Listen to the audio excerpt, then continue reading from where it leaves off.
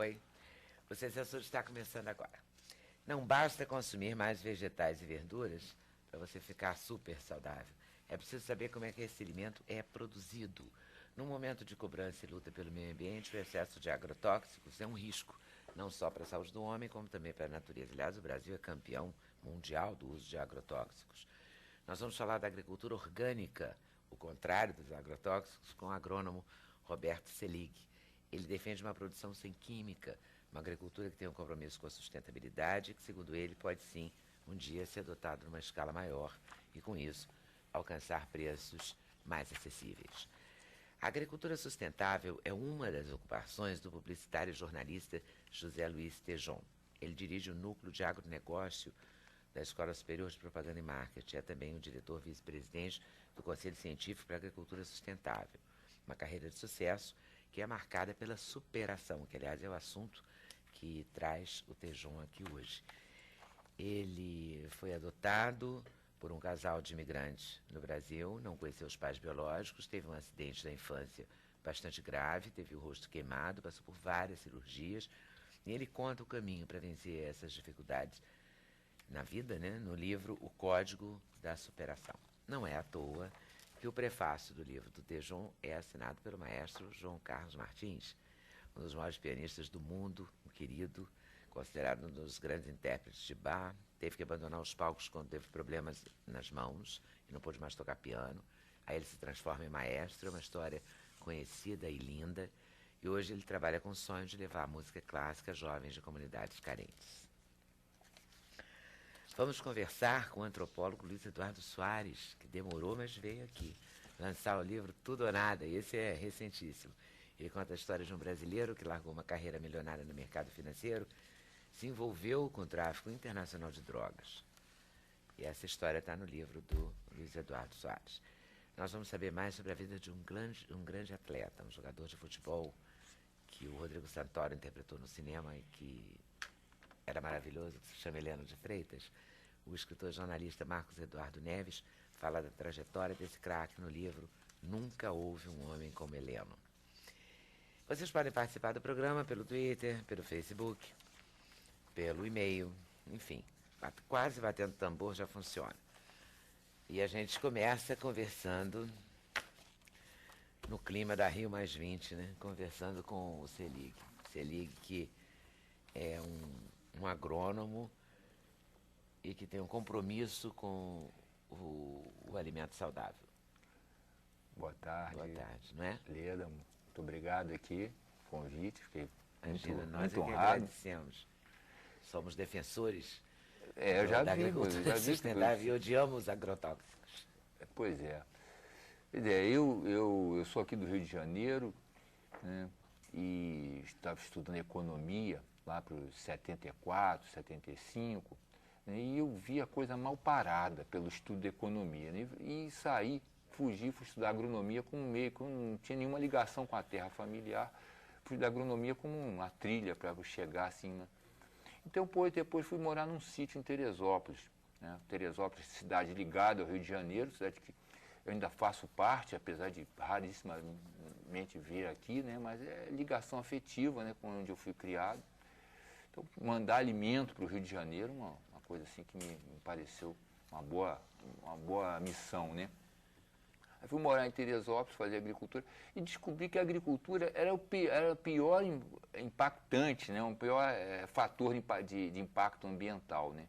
Então, que simplesmente ir para a agricultura não significava estar mais perto da natureza, porque ali estava havendo uma agressão muito violenta, né?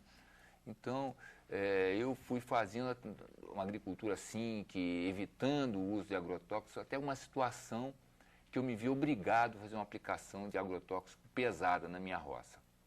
Por um sistema que a gente tem lá de parceria agrícola, em que o meeiro dá o trabalho dele e você dá um material. Mas aí ele investe com o trabalho, chega a um ponto que a roça deu um problema, ele me impôs a saída da aplicação do veneno. Aí naquele momento eu decidi que era a última vez. Parece que quando os grandes bancos financiam também as sementes, eles comprometem, fazem quase uma venda casada com agrotóxicos. Eu vi no filme do Silvio Tendler, ele mostra isso bastante bem. veneno está na mesa, né? O veneno está na mesa. No passado havia uma ligação, hoje não existe. Isso. Porque ele mostra isso no filme e mostra até os agricultores que sofreram problemas físicos, né? De saúde, por conta dos venenos. E hoje você produz agricultura orgânica. Isso foi em 86, esse momento aí, né? Depois de 87 eu já me tornei agricultor orgânico. Mas, Roberto, sabe, a grande questão da agricultura orgânica para nós, consumidores, é o bolso, né? É verdade. O que você acha que pode ser feito e quando poderia, o que poderia acontecer para isso ter um preço mais razoável e ser, portanto, um pouco mais democrático, digamos assim? Eu acho que é uma questão de reorganizar a economia da agricultura, né? A gente rumou para uma coisa de especialização, que o barateamento se dá pela escala, né? Mas com isso foi criando uma coisa de especialização, não tem a ver com a natureza, né? Mas eu acho que se nós tivermos assim bastante gente fazendo agricultura orgânica, nós vamos ter um preço mais acessível. Por exemplo, a gente tem uma feira lá em Teresópolis, né? Meu escoamento é todo em Teresópolis. Os preços que a gente pratica ali são completamente acessíveis. Sim, mas os preços nos grandes supermercados, por exemplo, Casa Santa Luzia em São Paulo, que tem um departamento, é linda a loja e, né, tem um andar inteiro e é muito bem arrumado e tal. Os supermercados top do Rio de Janeiro, porque os supermercados populares não têm produtos orgânicos. Entendeu? Tem um preço muito alto. Porque é uma cadeia muito complicada que eles criaram. Ontem eu comprei um brócolis por R$9. Nós vendemos... Uma cabeça de brócolis. Nós vendemos orgânica. Brócolis na nossa feira R$2,50. Lá é R$2,50. Eu acho que eu vou a Teresópolis fazer compra. Mostra se você tem os nossos preços são completamente acessíveis. E você consegue produtos bonitos, né?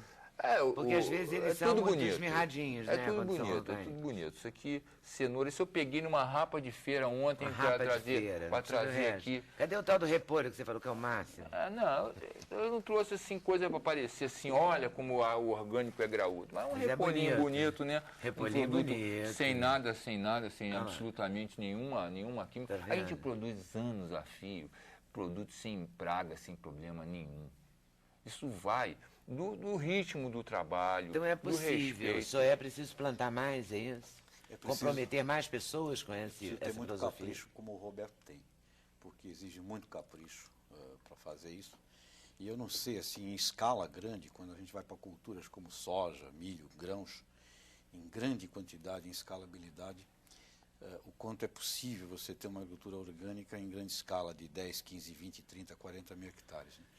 Agora, no trabalho que o Roberto faz, das hortaliças, das frutas, sem dúvida, é um caminho espetacular. Eu creio que o desafio que o próprio Roberto pode ajudar a explicar é o capricho necessário. Por exemplo, eu já vi propriedades orgânicas onde, quando eu digo capricho, é realmente uma dedicação e um amor e uma vocação, mesmo, né? Um dom que termina sendo impossível de você generalizar. E eu creio que este é o aspecto mais difícil, é o ser humano. Comprometer o ser humano com a causa. Com esta causa e o quanto, porque eu creio que o Roberto pode dar testemunhos. Eu conheci, inclusive, coincidentemente, um grande amigo dele, que é o agrônomo Richard, né? E eu vi o Richard trabalhar com um amor à causa, que é muito raro de se encontrar em todas as profissões, Lida. Não é só uma questão do agricultor, não. É verdade, em todas as profissões.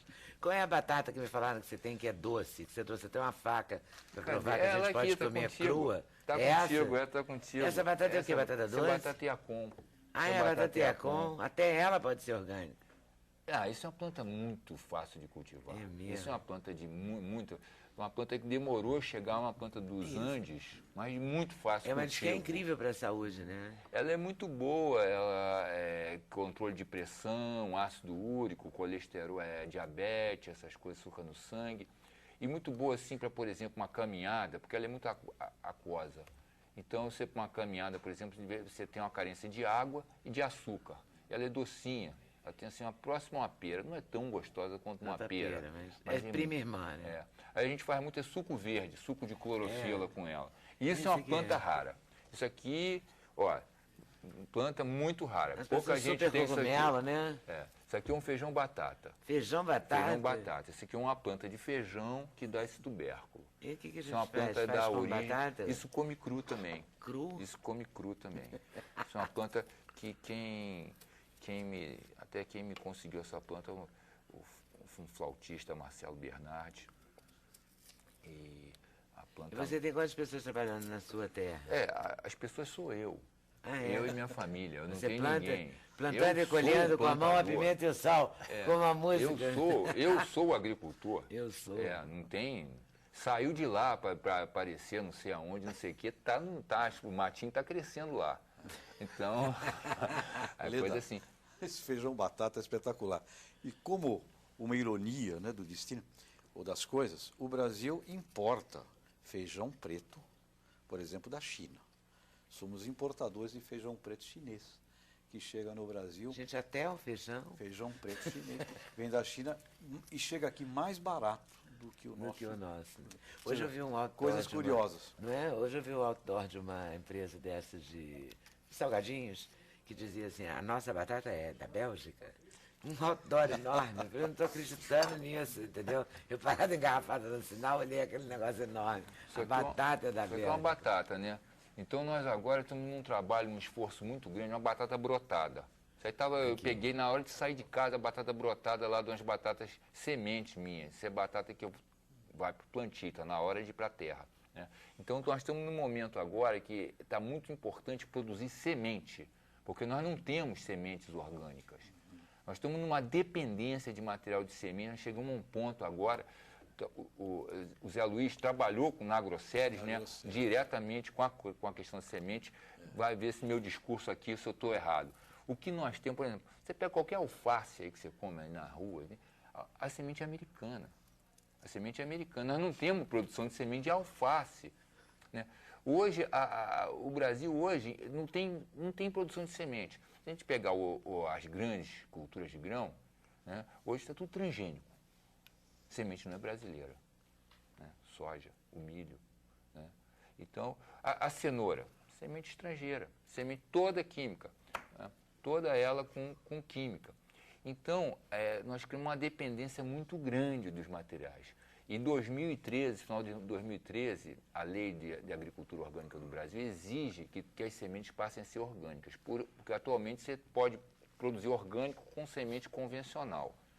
Então, nós estamos agora tentando correr para pelo menos ter alguma coisa. Você tem ideia do caminho, Zé Luiz? O material genético, né, que o Brasil desenvolveu para as condições tropicais, ele se serviu de bases genéticas de várias partes do mundo. A Embrapa faz um trabalho muito importante, a AgroSéries que ele mencionou, até onde eu trabalhei lá foi uma empresa brasileira, hoje depois ela foi vendida para uma companhia bem legal, né? internacional. E sempre eu vi na preocupação dos geneticistas uma grande preocupação em ter desenvolvimentos de materiais que não fossem exclusivamente materiais oriundos de outro canto. Agora, pelo que compreendi e estudei nesse campo, a base genética, ela é uma base cada vez mais universal. E você tem que fazer adaptações no germoplasma, à condição tropical e ao microambiente. Eu creio que o que o Roberto está falando tem realmente importância, porque quando você vai para um campo deste, que é um campo não comercial, você não encontra assim no mundo da semente um negócio, uma escala ainda muito pequena, você não tem as companhias atuando nesse campo. Agora, eu creio que cada vez mais que o mundo vai caminhando, associações como o Roberto tem e outras, poderão estar demandando de órgãos como a Embrapa, como outros, e mesmo das companhias, produtos voltados a este tipo de necessidade, que é uma necessidade específica de nicho ainda, muito pequeno. É um negócio ainda, tem que buscar esse negócio. É uma nova realidade que as pessoas não estão se atentando. A minha pergunta, Roberto, o que é a maior dificuldade para você? Fala que faz tudo lá, faz tudo. Falta uma reeducação para as pessoas se atentarem a perceber o potencial que tem esse mercado, falta investimento, porque terra não falta, né? Terra não falta. Eu acho que o que está acontecendo agora é uma valorização verdadeira. As pessoas estão sentindo. Eu vim aqui para o programa no Rio de Janeiro, vim trazer isso, que é muito importante esse movimento. É muito importante. O movimento da agroecologia, não só a agricultura orgânica, mas a agroecologia, da gente ter conservação ambiental nas áreas de plantio. Né? Então, quando você está comendo um alimento, você sabia que aquilo veio de uma área que está estabilizada, está em conservação. né? Então isso precisa, a gente precisa de uma busca, porque nós nunca fizemos isso. Nós fizemos, foi uma agricultura para mercado o tempo todo, mas sem se preocupar com a sustentabilidade, né? Nós nunca buscamos esse caminho de fato, né? Então, por isso é que não se tem. Agora nós chegamos nesse ponto de 7 bilhões de habitantes, agora a gente precisa mesmo, achar o caminho, que a gente não pode continuar destruindo, né? E vivendo e sem saber como é que vai ser daqui. Nós tivemos essa tragédia de 2011, das chuvas de 2011, né? Que mostrou como aquele tipo de agricultura ali não está preparada para os eventos climáticos, minimamente. Mas que na tragédia de Teresópolis, que foi horrível, você foi encontrado colhendo batatas, assim, você praticamente não foi atingido. Como é que você soube dessa história? Eu soube disso. Agora, como é que você conseguiu? Não, pois é, porque você tem, a gente não tem área limpa muito extensa. Então você tem uma área limpa, mas em cima você tem uma área de conservação. Então você não tem grandes movimentos de água. Então as minhas pequenas Você respeitou a roças, natureza, na verdade. você não vai o tempo todo no máximo. Você não vai o tempo todo no máximo. Você chega a um ponto, tá bom, por hora tá bom, então aqui deixa. E quando o pessoal fica estimulado a aumentar, ampliar, levando a coisa ao extremo, usando de todos os recursos possíveis. Aí se expõe mais por consequência, né? Aí então, a consequência é assim, você vai somando, o do lado também fazendo o mesmo, o do lado fazendo o mesmo, você cria aquelas grandes áreas abertas onde a água sai ganhando velocidade e arrancando o que está na frente. Eu volto aí já, tá? Eu vou dos agrotóxicos aos tóxicos. Eu sei que não linka, mas eu vou linkar. Porque essa história é incrível, né? É incrível, Leda. Porque não é um sujeito... É porque destrói todas aquelas teses, né? A falta de possibilidades, veio da comunidade, né? Todas essas teses benevolentes com o traficante ou com chamadas drogas, né? Ilícitas. Essa aqui não, o cara era um executivo, né?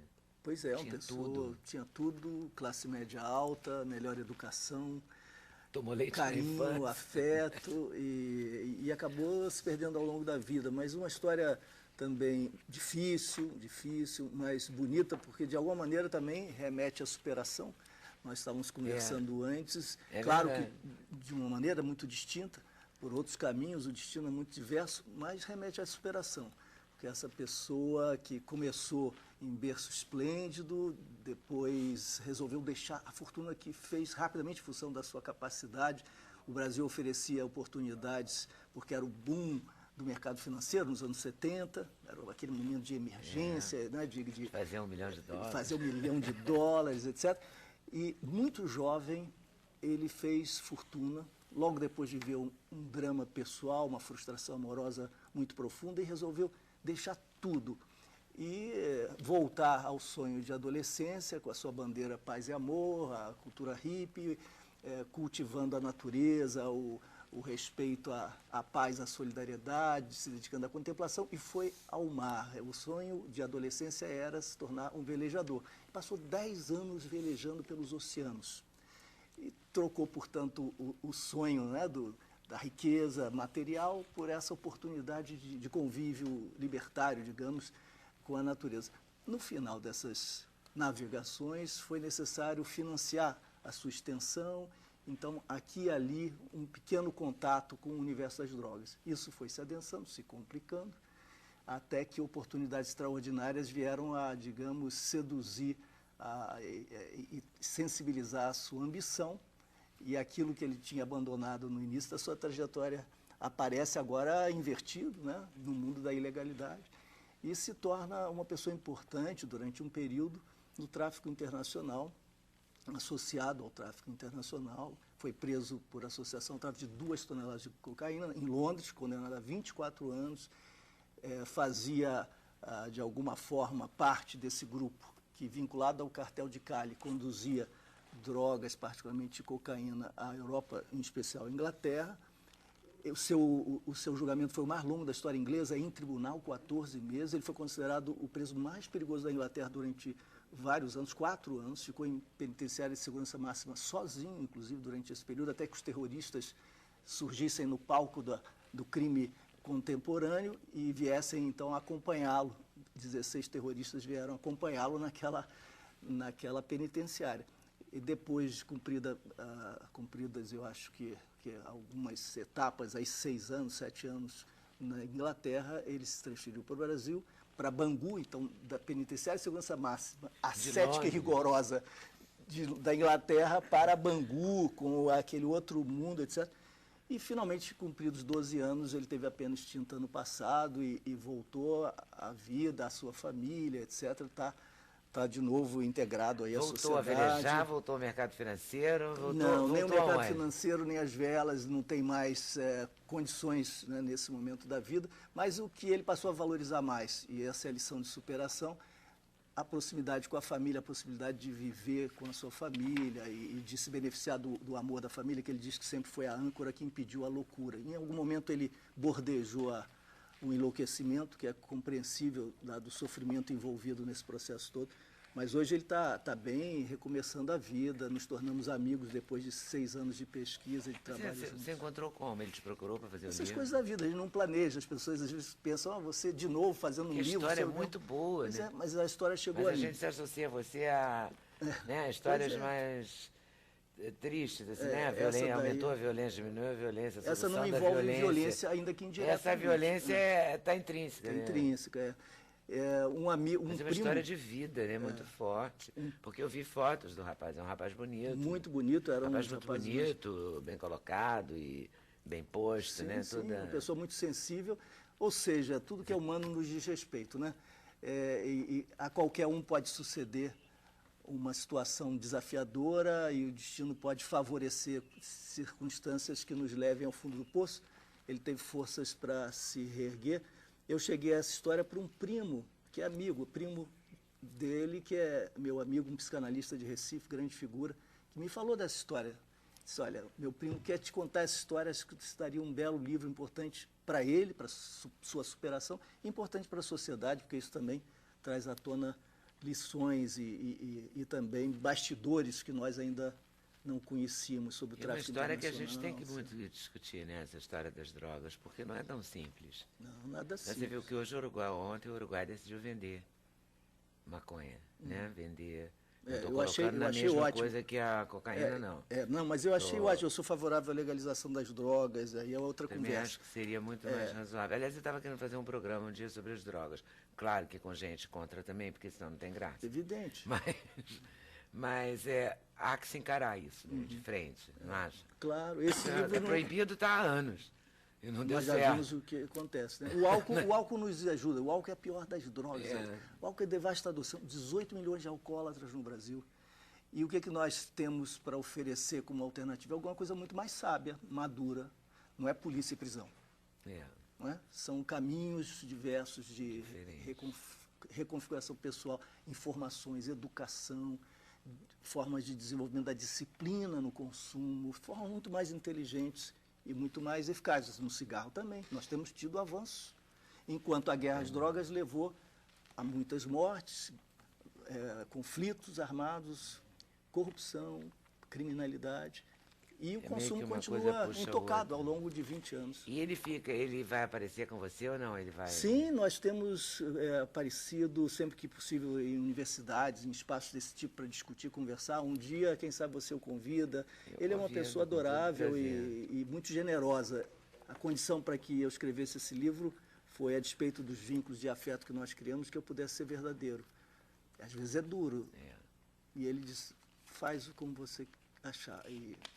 Isso carta branca. Isso é fundamental. É uma demonstração de grandeza, né? Porque a gente sempre quer esconder as nossas mazelas. Né? Claro. Ou, pelo menos... dourar a pílula. Dourar a pílula, para não ficar tão feio, tão triste, né? É verdade. Muito bom.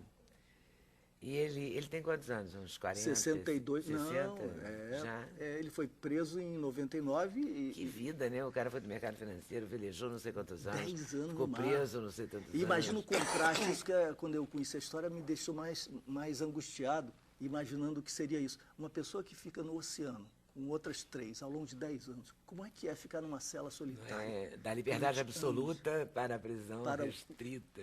a claustrofobia, né? Isso é E enlouquecedor. o cara sobreviveu. E ele é uma pessoa, assim, razoável, equilibrada. Muito, muito. Ele é muito reservado, introspectivo. Sofreu muito, né, internamente, para se manter Também aí só íntegro. tem uma escolha, né? Já que não se matou, não cortou os pulsos, cresceu. Não tem, não é? Falando a verdade. O que é não isso. mata faz crescer, Não em é? certo sentido. Né? Porque No você melhor dos sofre casos. tanto, passa tanta maluquice que no final você, né? A filha dele foi uma dependente batalhadora. de remédios antidepressivos, você supera. Uma coisa que ele conta que é muito interessante, ele preferia não receber cartas. Porque ele ficava tão feliz. Ele disse que quando falava no telefone, ele tomava banho, penteava o cabelo, fazia barba para falar no telefone. Aí eles perguntavam, eu estou maluco, mas era tão importante esse contato com quem está fora. E depois ele percebeu que receber cartas lhe dava tanta alegria, mas essa alegria era sucedida pelo fundo do poço tão abissal, que ele preferia, então, não experimentar esse momento, né? E a filha dele foi muito importante. A família dele permaneceu ao lado dele ao longo de todo esse período, e ela foi fundamental para que ele fosse transferido para o Brasil, para que ficasse mais próximo da família. Isso tudo foi dando essa energia que o manteve respirando psicologicamente. Tá certo. Eu vou para o intervalo. E volto já. Volto falando também de superação com o Zé Luiz Tejon e com o maestro João Carlos Martins. A gente volta em instantes, sem censura no programa da TV Brasil.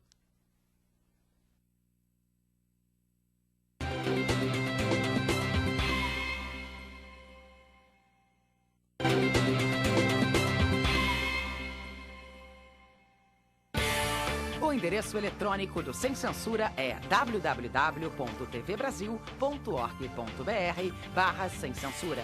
Para participar do programa, o e-mail é semcensura@tvbrasil.org.br. No Twitter, acesse twitter.com/scensura. Telefone 0 operadora 21 2283 3000. Fax 0 operadora 21 2232 3271. Então, a gente está aqui fazendo Sem Censura, falando de superação, e vamos falar agora com o José Luiz Tejon, pelos publicitários, jornalista, pelo visto tudo, né? Porque ele entende da agricultura sustentável até o jornalismo, né? Passando pela publicidade. Música, e compositor. música, pronto, tudo. Eu quero dizer que se não de fosse... tudo, né, maestro? E uma grande felicidade especial que foi conhecer o querido João Carlos Martins, que realmente é dessas coisas fantásticas que a vida nos oferece. É né? verdade. Estava ouvindo aqui o depoimento do Luiz Eduardo, né? Você não supera nada sozinho. Quem diz eu fiz sozinho é louco, não entendeu? Então é sempre uma conjunção de seres humanos. E a vida me deu muita sorte, porque ao longo dela eu fui conhecendo pessoas espetaculares. O João é uma das mais estelares, espetaculares amigos dos últimos 4, 5 anos, quando juntos aí nos conhecemos numa obra aí, no Americano. Esse cara é incrível. Né? Ele realmente é incrível. Mas a sua história também é incrível. Porque é uma história é uma história muito violenta, né? Assim, tudo levava a crer que poderia não dar certo. Ou não daria certo, né? Tudo levava a crer. Mas acho que como essas histórias de superação, a gente tem uma felicidade muito grande.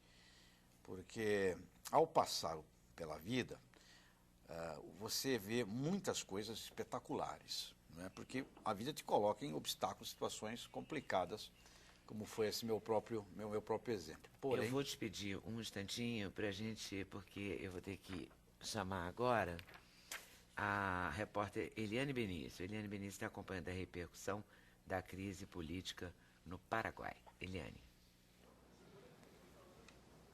A crise do Paraguai ganhou uma pauta especial na Rio+20.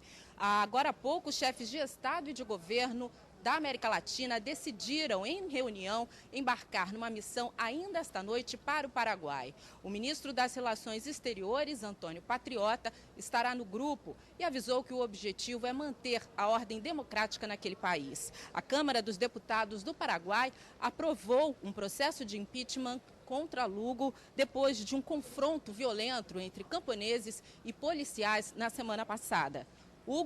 Lugo já avisou que não renuncia. Toda a crise no Paraguai você acompanha ao longo da nossa programação e a cobertura completa no Repórter Brasil, às 9 da noite, horário de Brasília. TV Brasil, na Rio+20. Ah, sim.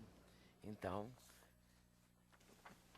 a Eliane fica lá Eliane Benício fica lá no Rio Centro, na Rio+20, nós ficamos aqui falando de superação.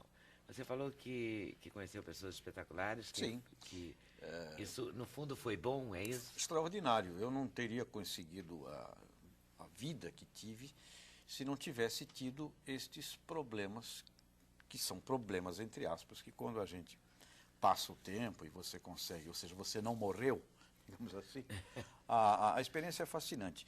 E é tudo dependente de como você edita essas coisas na sua cabeça. Porque outro dia veio uma pessoa muito triste, uma senhora, numa palestra, muito triste com a filha, por exemplo. Ela tinha adotado a filha já era uma moça de 19 anos, e uma moça muito revoltada com a história da adoção, porque foi abandonada, parece até a novela, foi abandonada num lixão, e uma revolta muito grande. Então, é uma forma de ver. Você pode ter sido abandonado num lixão, mas se você está com 19 anos, tem que perceber o seguinte: alguém foi lá, alguém te pegou, alguém salvou, alguém deu comida, alguém sustentou, e esta mãe adotiva não merece de forma alguma a injustiça desta revolta. Então, o que a superação nos ensina é algo que tem a ver com a inteligência sustentável. Você é muito dependente dos seres humanos, você tem que passar a selecionar, a escolher, a olhar, porque tem seres humanos que te levam para cima, outros neutros, e eu diria, uma ínfima parte, é um percentual pequeno. Que te leva para baixo. Que te leva para baixo. Então, este olhar é um olhar que a gente tem que ter na vida. Eu tive uma sorte gigantesca com meus pais adotivos, pessoas simples, humildes, mas pais adotivos muito espetaculares, que me ensinaram a viver, que me arrancaram da zona de conforto que eu queria ter, que era ficar em casa e não sair. Né? Estes pais adotivos me fizeram um enfrentamento da vida, e ao enfrentar a vida, sempre com carinho, com amor, mas com a realidade do enfrentamento, me ensinou muito. Isso que você viu aí no meu currículo de tanta coisa, eu nunca planejei, eu nunca pensei, eu nunca tive esse projeto. Mas o que aconteceu? Desde pequeno, meu pai e minha mãe me ensinaram a pegar o que eu tinha na mão e fazer. Então, o que você tem na mão, você pega, faz e cria. Não é? Então, este aprendizado foi instalado no meu cérebro desde pequenininho. Então, eu passei, por exemplo, 14 anos semi-internado em hospitais públicos, complicados, e o que eu tinha lá? Papel velho, do lixo, jornal, revista, uma janela que dava em São Paulo para a Avenida Brigadeiro Luiz Antônio, e uma enfermaria com doença, dores. Minha cabeça funcionava assim: eu pegava os papéis de revista, de jornal velho, fazia aviãozinho e passava o dia jogando aviãozinhos pela janela e brincando com o mundo lá fora. Isto me foi ensinado, isto me foi colocado por este casal, né, que me adotou, que foi fantástico. E esta coisa que veio comigo, eu acabei traduzindo no trabalho. Então, você foi adotado por eles pequenininho? Foi adotado pequenininho, tinha uns 2 anos de idade, um ano e meio mais ou menos. E eles moravam aqui no Brasil? Em Santos, porque a minha mãe biológica, a Beni, que teve que fugir da Espanha para me salvar, porque ela era mãe solteira já de 4 filhos, e disseram que se ela ficasse grávida de novo, a coisa ia complicar. E ela se apaixonou naquela época, lá começo dos anos 50, por meu pai biológico, que eu não conheci, nem informações são distantes, que lutava contra o Franco naquela guerra franquista lá da Espanha, não é? da Revolução Espanhola. E ele foi preso, ficou na cadeia e faleceu na cadeia, era mineiro lá de Astúrias e tal, e ela fugiu. Ao fugir, ela chegou em Santos com 8 meses de grávida. Ela me salvou, não conseguia me criar, e me entregou, de certa forma, a este casal. E é uma bênção espetacular, porque este abandono foi mágico.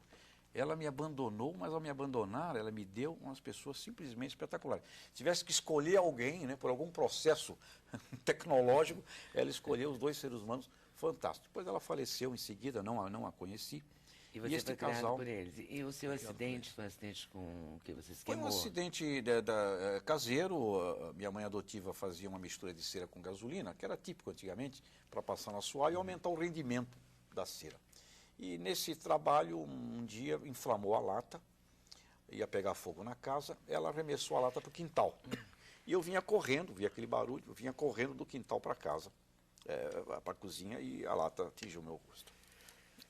E você ficou anos no hospital? Você fez várias cirurgias? Várias, diversas. E fui salvo por uma vizinha que pulou um muro, médicos, E hospital público? todos os hospitais públicos. E isso é uma parte difícil, né? Porque o hospital público você tem... E porque dói queimadura. Mas o cérebro nos ajuda, Leda. O cérebro apaga. Então, mesmo? eu não me lembro de dores. Ai, que bom. O cérebro apagou. Agora, se tem algo que dói, é queimadura mesmo. Depois, né, as pequenas queimadurinhas, a gente lembra delas. Lembra de todas, né? É. E aí você foi superando, operando, consertando e foi Eu caminhando. fiquei dos meus 4 até os meus 15, 16 anos. E aí o que acontece? É Era uma um bebê, vida, hein? as fotos, minha mãe adotiva mandava para aquele concurso bebê Johnson, era um bebê lindo e tal. E aí você queima o rosto, queimadura é feio, tá certo? Você fica feio, não tem jeito. Agora, com a música, né, a mulher que salvou a minha vida, minha vizinha, quem conseguiu salvar, professora de violão. E ela começou a me ensinar violão. Lá com meus 8, 9 anos, me ensinava violão. E com a música, foi através da música, com o meu violãozinho, que eu salvei a alma. Né? Que eu salvei a alma. E a partir daí, você aprende que você pode criar obras. Você pode criar de você. E quando você cria de você, você resgata a beleza, você resgata a dignidade. Você resgata uma série de coisas e você começa, inclusive, a ficar bonito de novo. Né? Então, é uma experiência... Foi uma experiência mesmo. É uma experiência incrível. E no Fascinante. Código da Superação, você coloca pontos, você coloca questões, assim, não digo uma bula, mas alguns pontos que as pessoas que têm problemas podem se inspirar. Eu procuro dar essas dicas. Eu fui fazer uma jornada lá no Armagedon, em Israel, em Tel Megido, né? Porque meu sobrenome é José de Estejão Megido. Megido é o Tel Megido, que em grego é o Armagedon. Aquele apocalipse lá da Bíblia. Então, eu fui em Israel, vi Então, a este origem sítio judaica? arqueológico. Pelas histórias que me foram contadas, não é? Uma parte da família na Espanha era judeu, e outra parte vinha lá de celtas, etc. Mas são histórias distantes. Eu sei que meu último sobrenome é Megido, eu nunca liguei muito, mas eu queria fazer realmente um livro que eu pudesse fazer uma jornada, né? Você vai a uma jornada, tipo das fábulas, né? Você vai...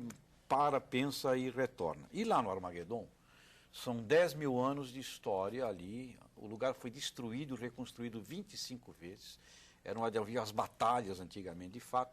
E quando você chega naquele lugar, aquilo te surpreende muito, porque ali você tem uma perspectiva do eterno. E o que sobra do eterno? Pedras, era com aquelas pedras que eles reconstruíam, destruíam, reconstruíam, e duas coisas fascinantes, que nunca foram destruídas no Armagedon.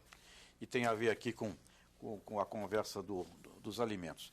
Tem duas obras lá em Tel Megido, naquela área, que hoje é um sítio arqueológico, que sempre existiram. Nunca foi destruído a partir da primeira construção.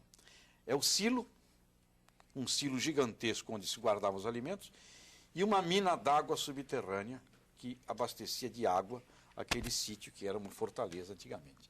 Então, a origem da vida, a criação, a água sempre esteve, nunca foi destruído aquele local. E o silo também do alimento. As duas coisas da vida nunca foram destruídas lá, nesse lugar. E aí o João, né? Quando o João aceitou fazer este prefácio, porque o que eu procurei trabalhar nesse livro, Leda, é não só mais o aspecto da superação da vida, da superação do trauma. Trauma, você é obrigado a se virar. Ou você se vira ou não tem jeito. Viram você. A superação da zona de conforto, que eu acho uma das mais fantásticas. Gente numa boa, gente legal, não tem problema nenhum, está ótimo, mas entra em zona de conforto. Acomodação. Estaciona, para e joga a vida fora. Terceiro item. E o quarto item, que é um pouco mais profundo, é a busca, o que eu chamei no livro de alma, mas o livro não tem conotação religiosa alguma. Esta alma, para mim, é a busca de uma verdade interior, de um poder criador que todo ser humano vem com ele quando vem à vida. E depois as distintas distrações o arrancam desta possibilidade, desta descoberta. E quando o João aceitou, foi muito emblemático, porque na minha visão, o João representa os 4 ângulos da superação. João superou aspectos do viver, João superou aspectos do encontro do dom, da vocação, João superou o aspecto da profissão, do pianista, do maestro, e João hoje é um camarada que a gente estava conversando aí, que ele se dedica a obras que ele não precisaria mais se dedicar. São obras que realmente transcendem. Esta é a 4ª superação, a mais bela e a mais espetacular de todas. Então o João representa de fato, foi uma honra imensa nesse nosso livro, o exemplo dos 4 níveis da superação humana. E aí eu digo para você, Diz. olha como é que eu acabo o meu prefácio. É generosidade agora. Né? Li durante uma tarde este livro de cabeceira. Mas como diz o autor, o importante é prestar atenção.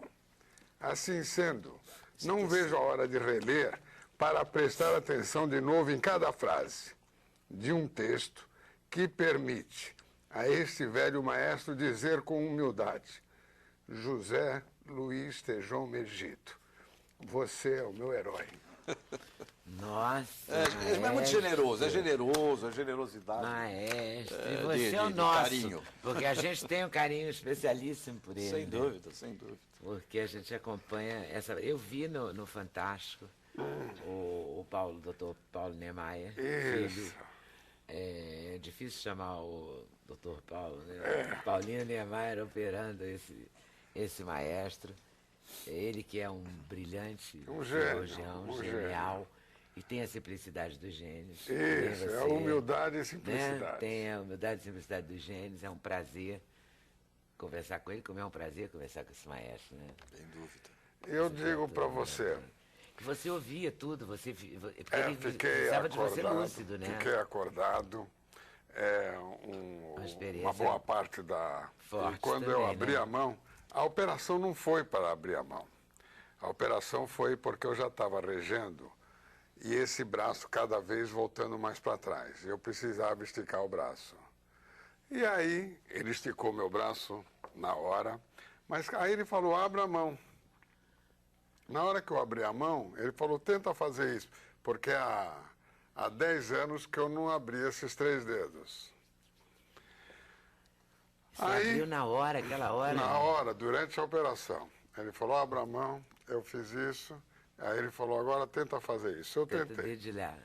E aí, eu me emocionei, claro. Moral da história, qual foi o erro a seguir? Erro? Eu, uma semana depois, já estava tentando estudar 7 horas por dia com a mão esquerda. Aí deu até uma tendinite, mas já comecei a tocar algumas coisas com a mão esquerda e resolvi fazer o que é agora a minha grande luta, que eu já faço em São Paulo, faço em vários estados do Brasil e resolvi fazer aqui no Rio de Janeiro. Então, depois da manhã, sábado, eu estou trazendo a minha Baquiana Filarmônica SESI SP para o Teatro Municipal, mas porque eu estou defendendo uma causa muito forte, que eu faço, todas as minhas temporadas são assim agora. Se você tem o recurso que cobre as despesas pela Lei Rouanet, eu acho um crime você cobrir os seus custos e ainda vai querer ganhar dinheiro de bilheteria com preços exorbitantes. Então, o que eu fiz? Em São Paulo já é assim. Toda a minha temporada é pela Catraca Livre com Gilberto de Menstein. Todos os concertos são gratuitos. Ou ingressos, por exemplo, depois da manhã no Teatro Municipal do Rio, com a Baquiana Filarmônica, no final vai entrar até a bateria da Vai Vai, ingressos a R$10. Por quê? E meia entrada a 5.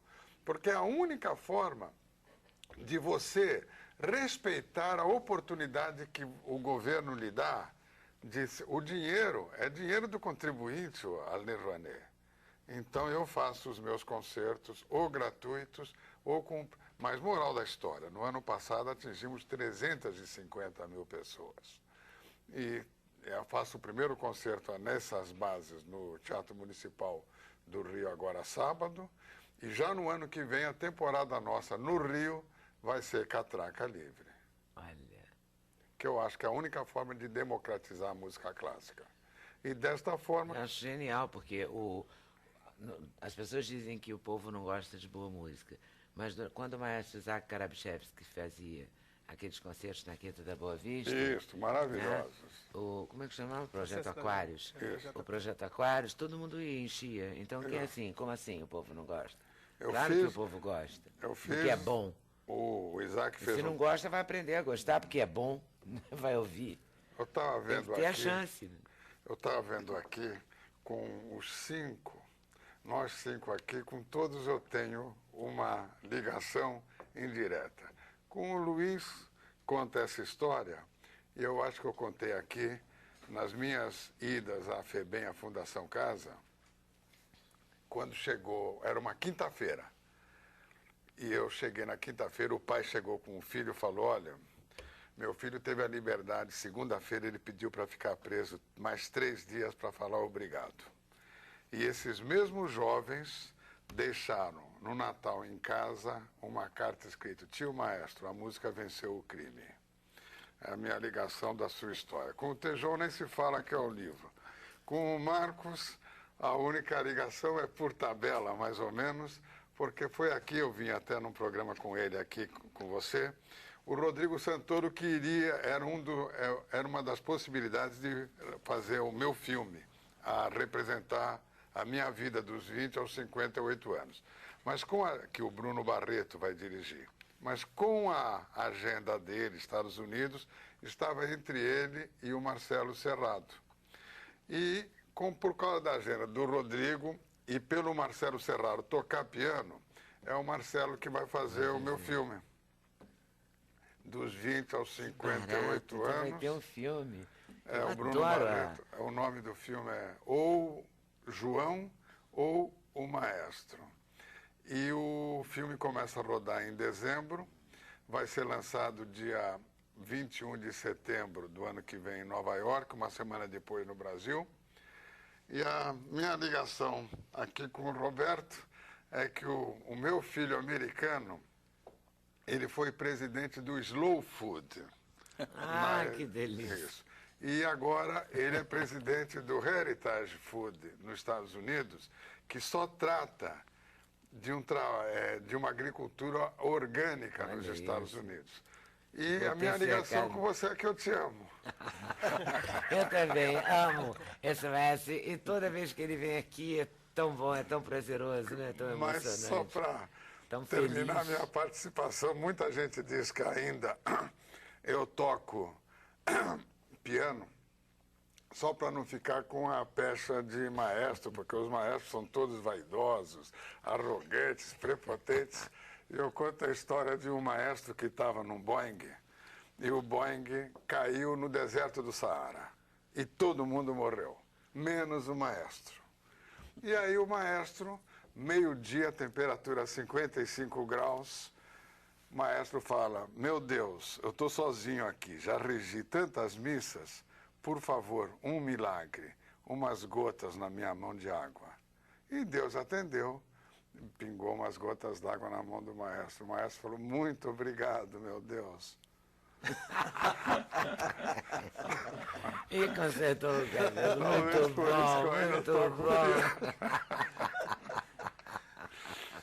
Mas sábado vou tocar um pianinho no Municipal. E por homenagear o Paulo. Você falou do erro. O erro foi você ensaiar Não, tanto. eu exagerei, começou maravilhosamente começou a doer bem. Um pouco, mas agora você já... Aí o Paulo me chamou novamente, mudou, porque eu tenho agora um chip japonês e americano aqui. Meu Deus, deixa eu ver isso. É mesmo, e é alto, tem relevo. Pode botar o dedo? Hein? Não tem problema. Aqui, ó, tem relevo, ó. Tá vendo? Dá pra ver. Olha o Desce maestro. por aqui. E com esse chip, o Paulo vai monitorando, tem umas 50 combinações a fazer. Nestas 50 combinações, vai ter a definitiva. Então, tem dias que melhora, tem dias que... Aí eu venho para o Rio, vou para a clínica. Dando uma ajeitadinha. Neste fim de semana faço novamente trabalhos na clínica. E, com isso, qual que é a nossa meta agora? Qual? A nossa meta é que isso sirva para ajudar cientificamente o que se pode fazer com o cérebro. Porque a mão direita eu não posso recuperar mais porque eu não tenho músculo. Mas a esquerda... Não tem sim. como adquirir o músculo? Não tenho. Aí eu falei para o Paulo, dá para mexer na direita? Ele falou, vamos primeiro tratar da esquerda, porque a intenção da operação não era tocar piano. Era simplesmente eu já voltar a reger assim. Sim. E eu voltei a reger assim. Não, o objetivo da operação foi amplamente atingido. Ok. Totalmente. Agora, daqui para frente, vamos ter outras conquistas, porque nem você vai ficar quieto, nem o doutor Paulinho. Porque eu sempre digo, a gente corre atrás de um sonho. Quando você menos espera, o sonho corre atrás de você. E essa é a minha luta. Quando eu abri a mão, você não imagina... Por isso que eu sou esse velho chorão, entende? A emoção. Mas logo depois, o Paulo veio assistir eu reger a nona de Beethoven em São Paulo. E ele ficou observando meu braço, tudo. Aí, logo depois que eu fiz todos os exames lá em São Paulo, ele falou, é o caso de operação. E a única coisa que ele fala que eu exagero, a hora que corta, que tira o tampo mesmo, é doído, entende? Porque a anestesia local, você sente a dor. Você tira o tampo da cabeça.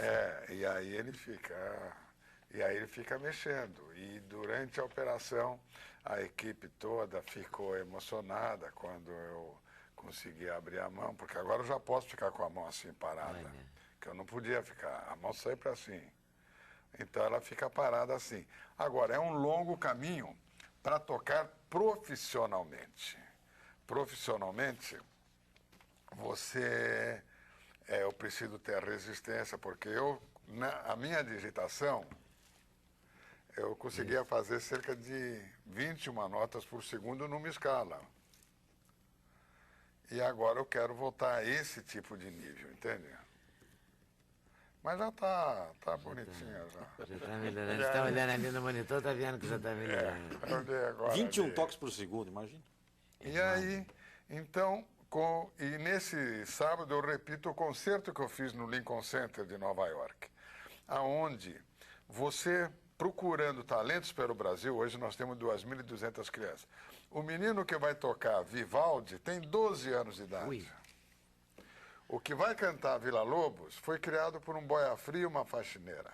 Olha. Entende? E são pessoas que hoje estão começando a levar o nome do Brasil. E você se sente profundamente gratificado de, não só, eu digo, só se aprende a multiplicar depois que sabe dividir.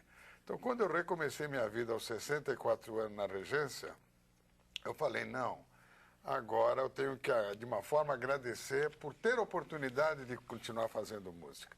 E essa forma é dividir um talento que, se eu falar que eu não recebi um talento de Deus, eu estou mentindo. Então, de dividir toda a experiência que eu tive na minha vida. Muito bom, muito bom. Sábado eu vou te ver. Tá certo. Estou toda animadinha. Intervalo, porque depois dessa história não vou falar nada. Né? Eu vou para o intervalo e voltamos já já, para falar de outra história, do nosso Heleno Galã de Freitas. A gente volta já já, sem censura, no programa da TV Brasil.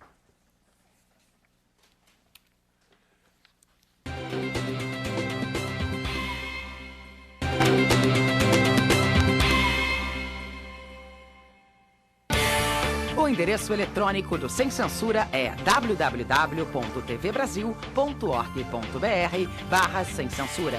Para participar do programa, o e-mail é semcensura@tvbrasil.org.br. No Twitter, acesse twitter.com/scensura. Telefone 0 operadora 21 2283 3000. Fax 0 operadora 21 2232 3271. Agora o assunto é Nunca Houve um Homem como Heleno, que é, na verdade, uma uma frase que se falava sobre a Rita Hayworth, né? Sobre a Gilda, né? Gilda, nunca houve uma mulher como Gilda. Era a peça publicitária do filme do Charles Widor, né, um austríaco, que Aquela em mulher 1947 chegou no Rio de Janeiro e foi avassalador nos cinemas aqui da capital, era a capital da República. No Brasil inteiro, eu morava em Minas Gerais, nos anos 50, 60, assim, meu pai falava essa frase sempre. Eu era pequeno e ele falava, nunca houve uma mulher como Gilda, era fã da Gilda. Exato.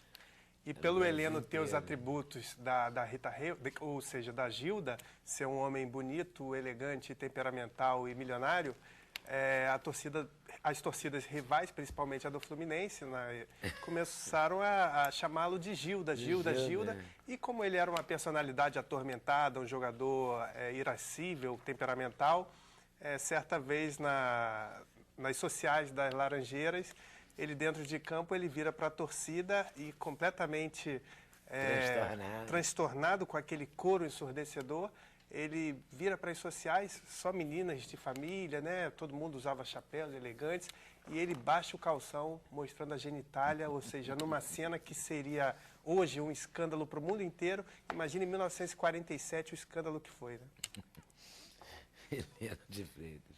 Ele era muito louco, mas era muito lindo, né? E muito talentoso, né? Depois do que o João falou, eu até pesquei também que o Heleno a história do Heleno tem muito a ver com todo mundo aqui, embora por linhas tortas, porque o Heleno sempre comeu do bom e do melhor para a época dele, embora não fosse agricultura propriamente dita, orgânica.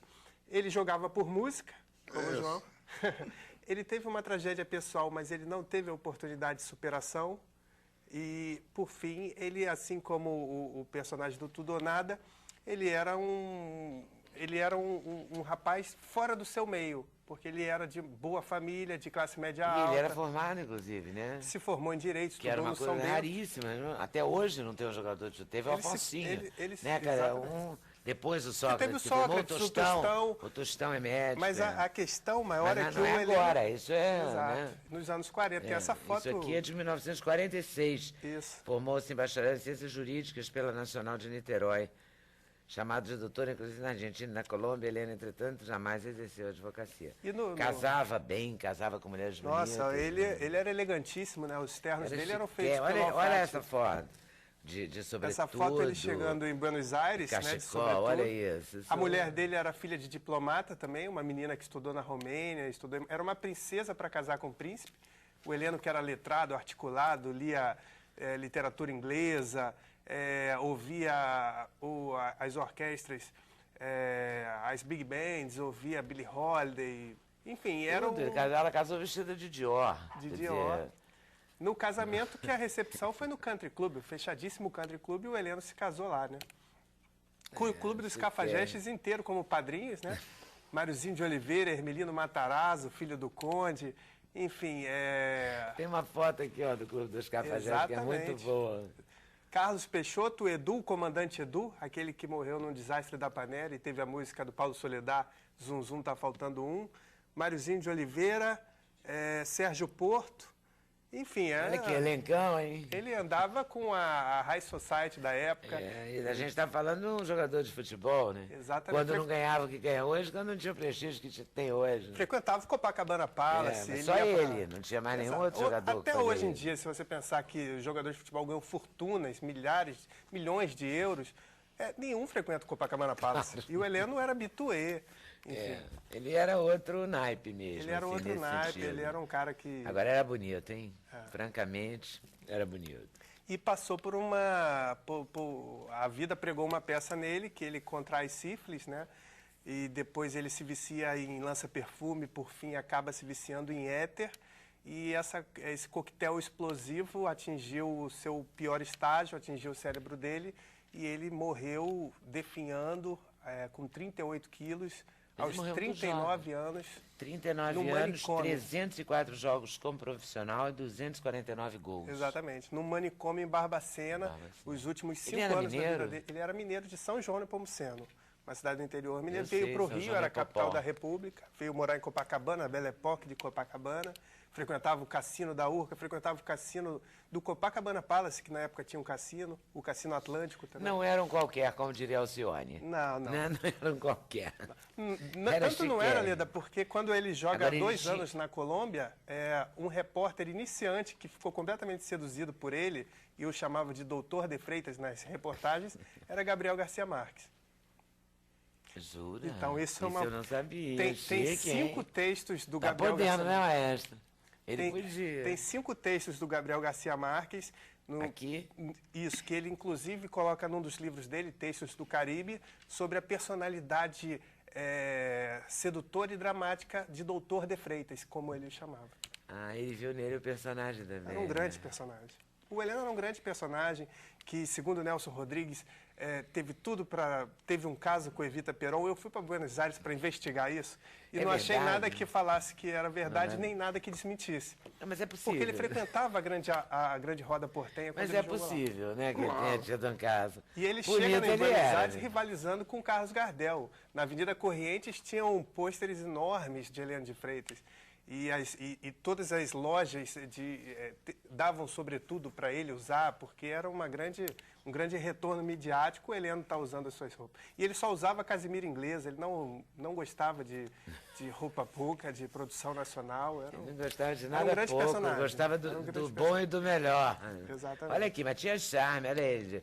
Não, isso aqui parece um executivo, um ator. Exatamente, né? era um advogado, internacional, né? E é um jogador de futebol com todo um E não só um jogador de futebol, né? um grande jogador de futebol que poderia ser até hoje lembrado pelo mundo inteiro caso houvesse 2 Copas do Mundo que, por conta da Segunda Guerra Mundial, o Heleno perdeu. Então, até no campo profissional, o destino pregou uma peça com o Heleno, porque as Copas de 42 e 46, quando ele tinha 22 e 26 anos e estava no seu apogeu técnico e físico, não houve Copa devido à Segunda Guerra Mundial. Nossa. Então, caso houvesse uma Copa e ele, por acaso, porventura, fosse o artilheiro, hoje o mundo inteiro estaria falando, o artilheiro da Copa de 42, Heleno de Freitas.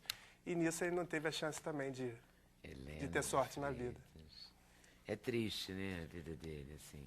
A única felicidade é poder ver triste. o que o Rodrigo Santoro fez, essa dedicação visceral, uma das atuações mais soberbas da história das cinebiografias nacionais, né? Eu acho que no cinema nacional uma interpretação como essa, teve o Cazuza com o Daniel Oliveira, mas eu acho que a história do Heleno ficou tão bonita quanto o filme da Edith Piaf e tão explosivo quanto o Val Kilmer interpretando Jim Morrison em The Doors. Então é um grande filme, muito bonito, a fotografia do Walter Carvalho, e está rodando o país inteiro, né? E o Rodrigo se empenhou muito, né? Muito. Dedicadíssimo, seríssimo. Tem alguns dotes do Heleno, como a boa estampa, ser perfeccionista. Mas ele fez até balé, ele estudou até balé. Para ter toda a leveza que o Heleno era o tinha dos gramados, né? Ele era um dos apelidos dele. Muito legal. Era o Rodolfo Valentino de Chuteiro. Muito bom, muito bom. Heleno de Freitas. Quando ele terminou a carreira jogando aonde? Olha, o último jogo dele foi a estreia dele no Maracanã. Ele tinha 31 anos, já estava completamente louco. Era a última chance que ele estava tendo no futebol. O América decidiu contratá-lo, porque ele foi um astro do Botafogo. O América juntou todos os recursos financeiros para contratar Heleno de Freitas. E era a estreia dele no Maracanã, América e São Cristóvão. E simplesmente começa o jogo e os jogadores estão ali se movimentando, a bola rolando, e ele está parado, olhando para o Maracanã, para aquelas estruturas gigantescas, porque o Maracanã tinha sido construído para a Copa de 50 e ele estava jogando ali em 51, pela primeira vez, depois de vir da Colômbia. Então ele só jogava em estádios menores, São Januário, General Severiano. Então, pela primeira vez, ele pisava no templo do profissionalismo, ele que foi o último personagem do futebol romântico. Então, ele completamente transtornado já, tinham 2 irmãos vendo essa que seria a estreia dele, e a partir dali viu que ele não tinha mais jeito e que tinha que ser internado, começou a ir para casas de saúde e acabou, no final da vida, tendo que ir para um hospício em Barbacena. Ele chegou a fazer um gol no Maracanã? Não, ele só jogou 25 minutos, foi expulso de campo por brigar com os próprios companheiros e passou desses 25 minutos, 20 minutos praticamente olhando para a arquibancada enquanto a bola estava sendo jogada. Já estava completamente fora de si. Já tinha saído da casinha, né? Completamente fora de si. Tá certo. Mas foi um grande cara. Nossa, né? Intervalo, a gente volta já já. Sem Censura, um programa da TV Brasil.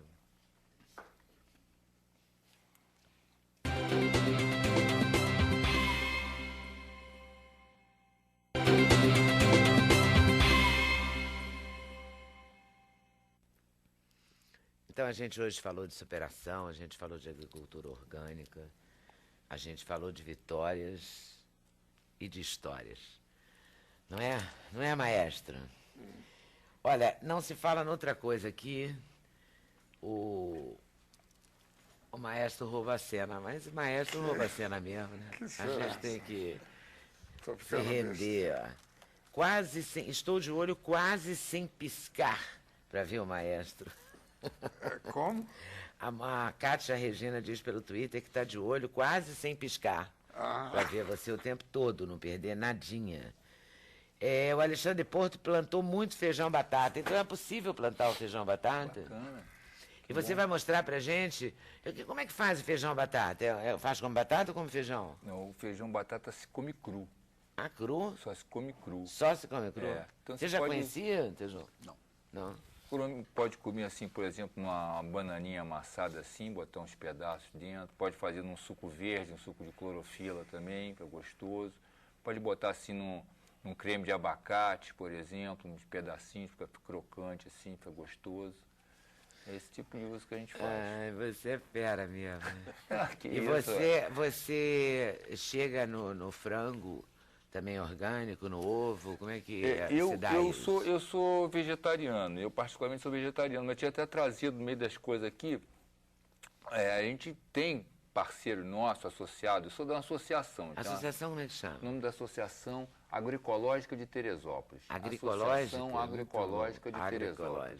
Tem mais coisa aí, mais produto? Tem aqui, ó, uma coisa, porque chamar a atenção que o problema do agrotóxico não é só na verdura, não. Está nos grãos também, está em toda a alimentação, né? A soja transgênica, isso, no trigo. No trigo. Então, aqui, por exemplo, um pão de associado nosso, da Nina, e esse pão com trigo orgânico, trigo vindo lá do sul, né? Então, tá aqui. Não tem um selo mesmo, mas aqui está escrito no rótulo, ó. Orgânico artesanal. Né? Mas esse pão, ele é certificado para ser vendido nos nossos pontos de venda, nas nossas feiras. Então lá a gente tem muita controle. Coisa aí ainda, deixa eu ver. Tem aqui, ó, tem uma coisa aqui, uma exótica que pouca gente conhece, é um fruta-pão. Fruta-pão. Nunca comi fruta-pão. Como é que a gente come fruta-pão? Ela tem que ser verdinha assim, descasca e cozinha. Cozinha? Ela tem um gostinho de pão, um gostinho de mandioca, assim. Olha, e cozinha como mandioca, por exemplo. Cozinha com mandioca, numa água de sal, assim, temperadinha e tal. Tem aqui, isso aqui eu trouxe para mostrar, é uma vagem de feijão, vagem verde, né? Eu trouxe para mostrar que a gente também se preocupa com a questão do plástico, né? Muito ótimo. plástico, hoje as embalagens são todas de plástico, né?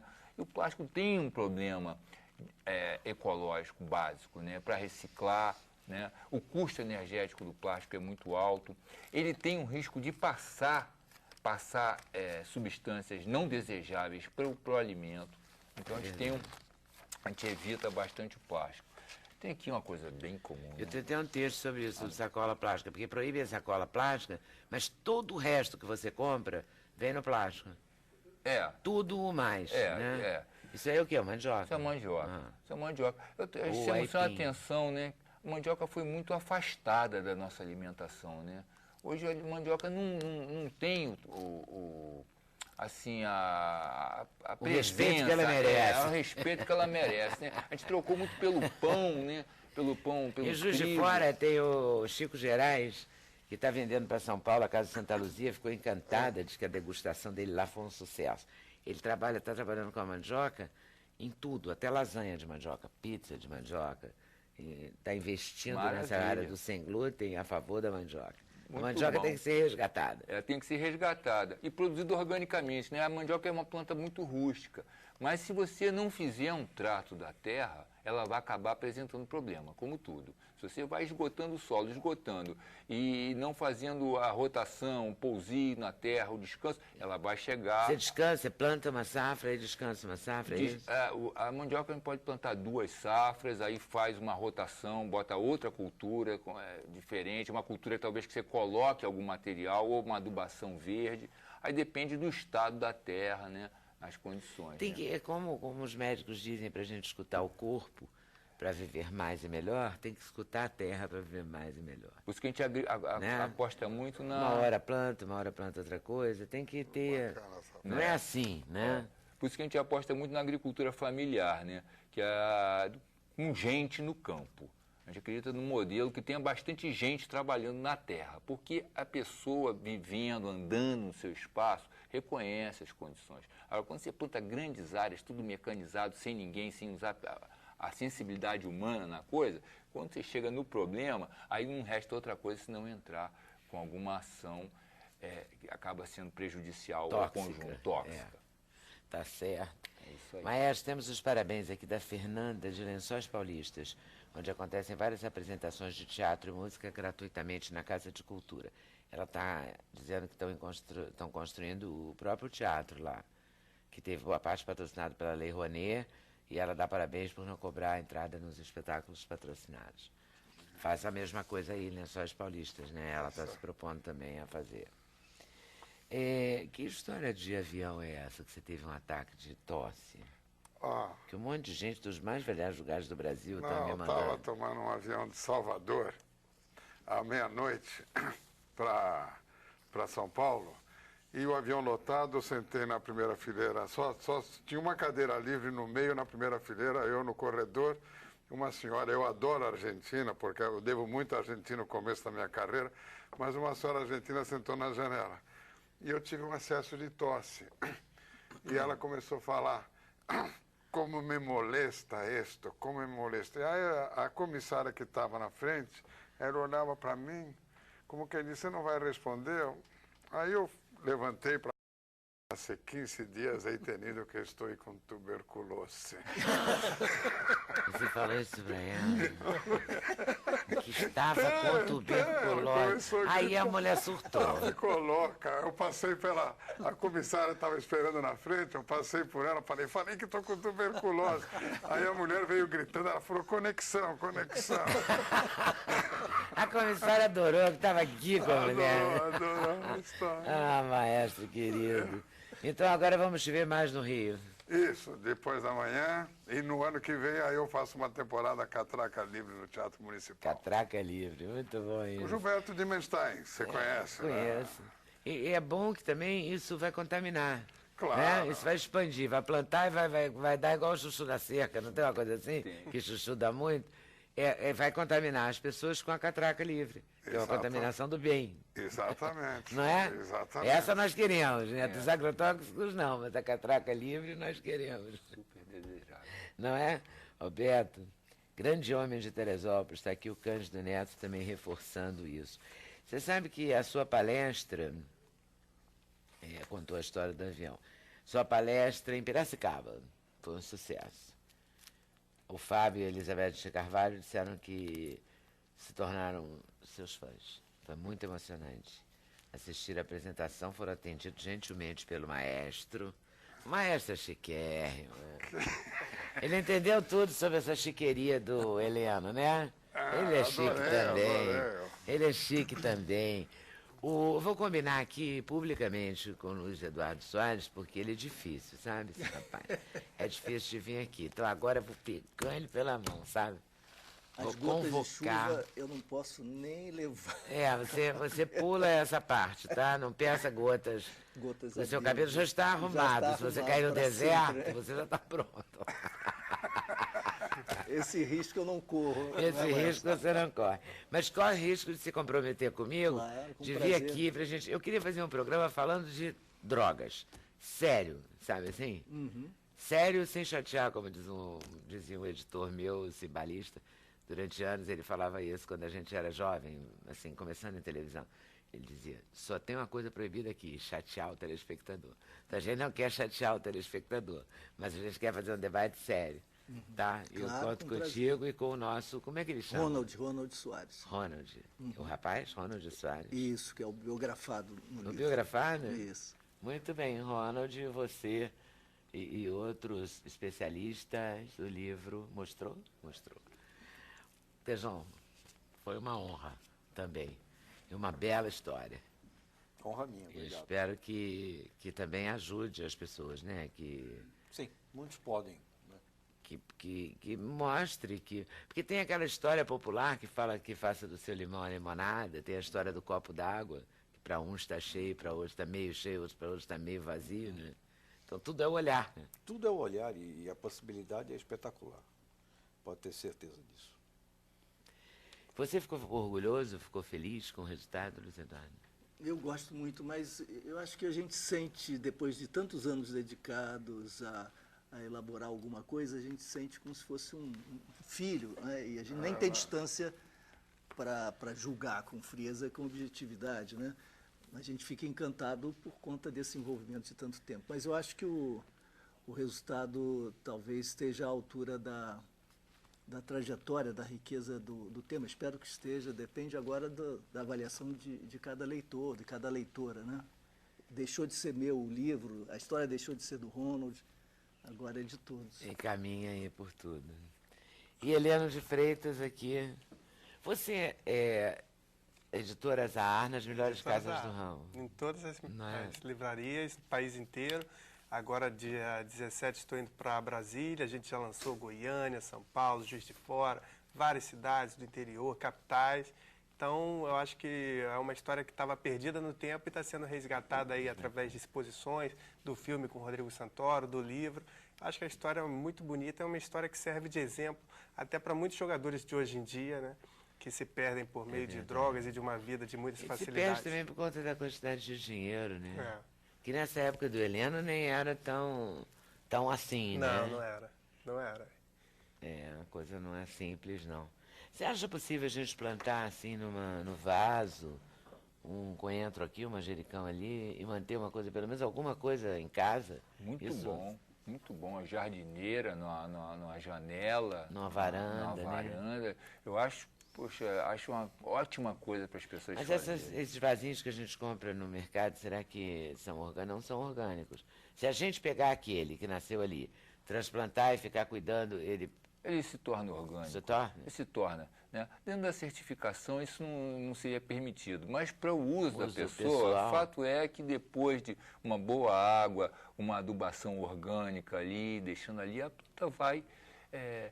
se você puder semear com uma semente orgânica, seria mais melhor. puro será. Mas plantar e colher ainda é uma alternativa. Né? Ah, com e, certeza. Na pior das hipóteses, é feliz, é uma ideia feliz. Boa tarde, muito obrigado a vocês por terem vindo, a vocês por estarem nos assistindo. Boa tarde, boa noite, até amanhã, se Deus quiser, aqui na TV Brasil. Valeu. Valeu.